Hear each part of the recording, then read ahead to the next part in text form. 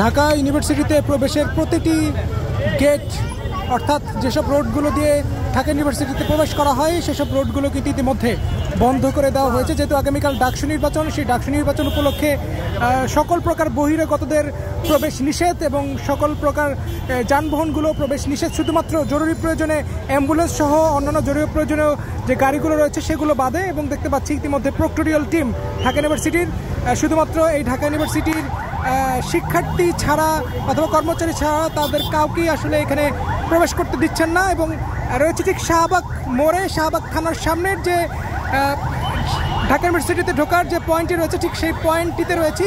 দেখা যাচ্ছে যে অনেক গাড়ি ঘোড়া আসলে ঢোকার জন্য দাঁড়িয়ে আছেন, তবে যেহেতু বহিরাগতদের আগামীকাল নির্বাচন উপলক্ষে প্রবেশ করা নিষেধ, তাই তারা আসলে প্রবেশ করতে পারছেন না শুধুমাত্র অ্যাম্বুলেন্স ছাড়া।